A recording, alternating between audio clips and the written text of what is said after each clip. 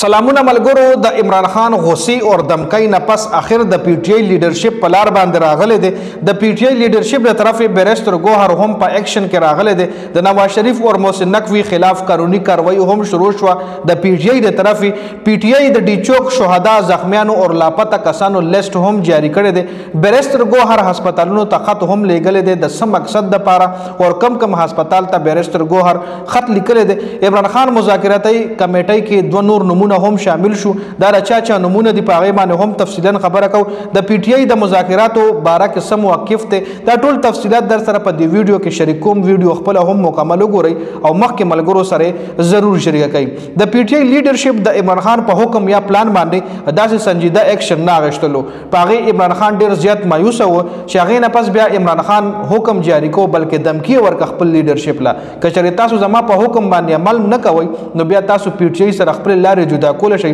او تاسو پی ټی آی پارټي پرېخې شي نو هغه نه پس د پی ټی آی چې کم لیډرشپ ته غي لک سنجیده شوی دي او پلار باندې راغلي دي د عمران خان په حکم یا پلان باندې داسې سنجیده اکشن دی نشته نو اوس د عمران خان دمکای او غوسی نه پس لیډرشپ لک پلاین راغله دي کپتان ټول کی عادت ډیر غوسه کې پیغام جاری کړي وو بیرستر ګوهر هم سیریس شو بیرستر ګوهر هسپتالونو ته خطوط لیکلي دي چې پکې پیمز هسپتال هم شامل دي او پیم سره د نور هسپتالونو ته هم بیرستر ګوهر خط لیکل دي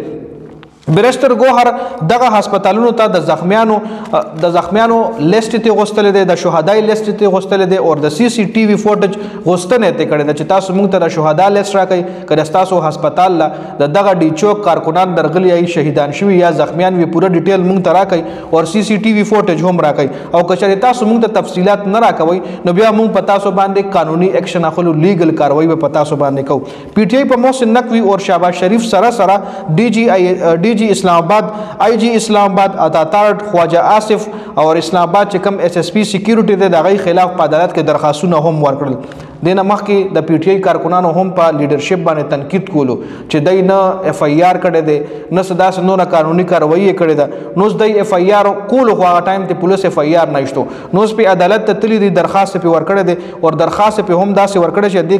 د دې کسانو خلاف ته کرمنل اکټ کاروایی وشي لکه راکم کسانو باندې چې درخواست ورکړي په درخواست کې لیکلي دي چې د کسانو خلاف ته د کرمنل اکټ کاروایی وشي خپل پی ټی آی د ټولو شهیدانو او زخمیانو او یا څومره لاپته کسانو دغه لیست هم جاری کړی دی پی ټی آی داوا کړی دی چې ډی چوک احتجاج کې په 26 نومبر زموږ 12 کسان شهیدان شوي دي 38 کسان زخمیان دي او 139 لا تر اوسه پورې لاپته دي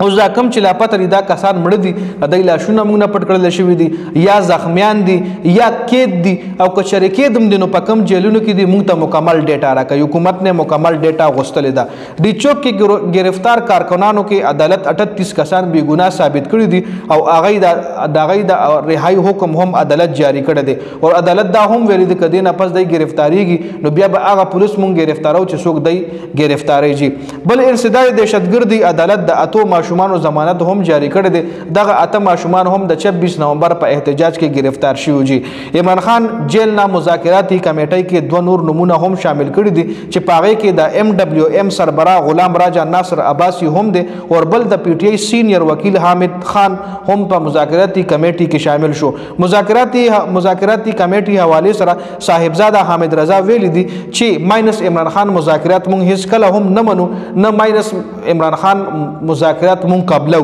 او مذاکرات د ټولو مذاکرات او احکامات د ټولو مذاکرات او انسترکشن به موږ ته د اډیاله جیل نه عمران خان راکړي لکه مذاکراتي کمیټه چې کومه جوړه ده دوی وایي چې موږ به د ماینس عمران خان نه منو کچره موږ له مذاکرات کیږي او موږ له وایي چې عمران خان پرې دی او بس تاسو را مخ کې شئ نو هغه مذاکرات په موږ نه وی قبول په دې ویډیو کې دا اهم اپډیټ شو د ویډیو کتلو زیاته مننه والسلام